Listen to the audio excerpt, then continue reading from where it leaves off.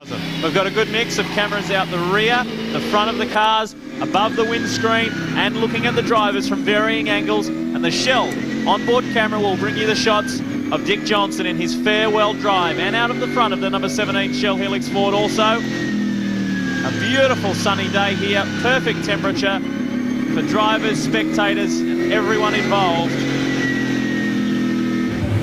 There is the FAI race analysis, a full grid. 55 V8 Supercars, 161 laps. Incredible.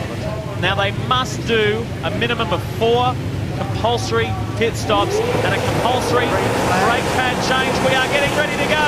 Nothing shakes them out like V8 Supercars. This is the FAI 1000 and we are ready to go green. Seconds away. Bouncing off the red ribbons. Away we go now. Skates over drop on Mark Larkham. Here they come now.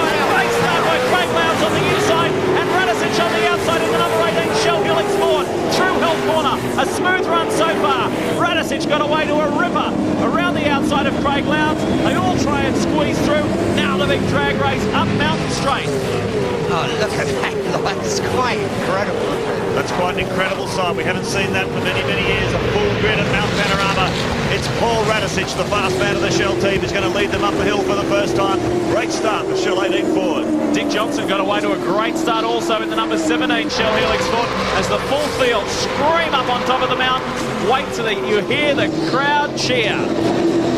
Now, if Mark Larkham, and we say if, had a problem earlier, doesn't appear to be... Yeah, it seems to have healed up. Much, yeah. He's doing well. Currently in 5th position. That's Dick Johnson right behind him in the number 17 Shell Helix Ford. Will hand over to son Stephen later in the race. Are very confident about their fuel economy. Stephen was saying earlier, I think we could go 38 laps before we have to refuel, which is a very good stint around Mount Panorama.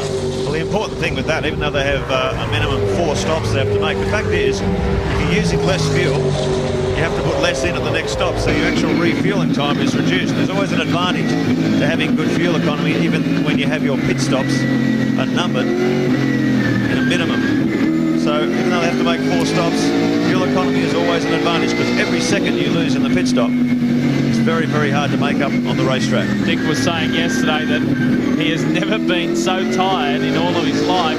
He's been pulled and dragged from pillar to post, and he was saying it nicely. He wasn't having a whinge just through all of the promotional duties that he's had to, and all of the farewell functions and everything that he's had to go to. He's been really stretched hard, and I said, have you got anything left for today, Chief? And he said, yeah, I'll be right, don't you worry. Yeah, I've been saving it up for this one. Give him a nice rest in the car, wouldn't it? Yeah, he's been so impressive throughout the week, though. Yeah, he has, hasn't he? He's been even admitted himself that through the year he struggled for motivation in some of the championship rounds. But every time he comes to Mount Panorama, it's just like a huge injection of adrenaline. The guy just comes alive so fast around here. What an emotional day for Jill Johnson, Stephen's mum, Dick's wife. She certainly had plenty of highs and lows throughout the years of Dick's career. That's quite an extraordinary situation. There is the winning car. The best car on the day in the 1999 FAI 1000. We'll take a short break. There's Dick Johnson, his final run at Mount Panorama, and we'll wrap it all up right after this.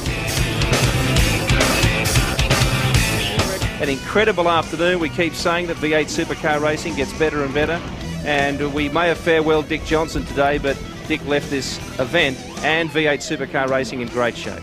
Absolutely, and when you think about it, he was the first Ford home. You know, your heart had to go out to Radicic, didn't it? You know, but it was a great day's racing, and it's proved that we've got the best touring car series in the world, no doubt. Lee Diffie, it's testimony to the character of these drivers. Paul Radicic, a shot of him feeding some horses on the paddock.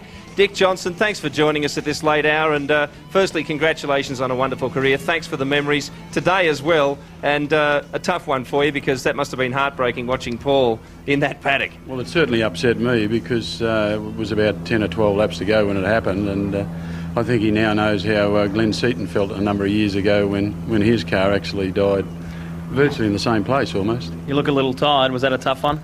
That was probably one of the toughest races I've ever done, to be quite honestly, Lee, and I tell you what, I'm getting too old for all of this. Well, Dick, we look forward to seeing you back on track as a team owner, of course, or manager, and we know you've left a great legacy. Steve was so good out there today.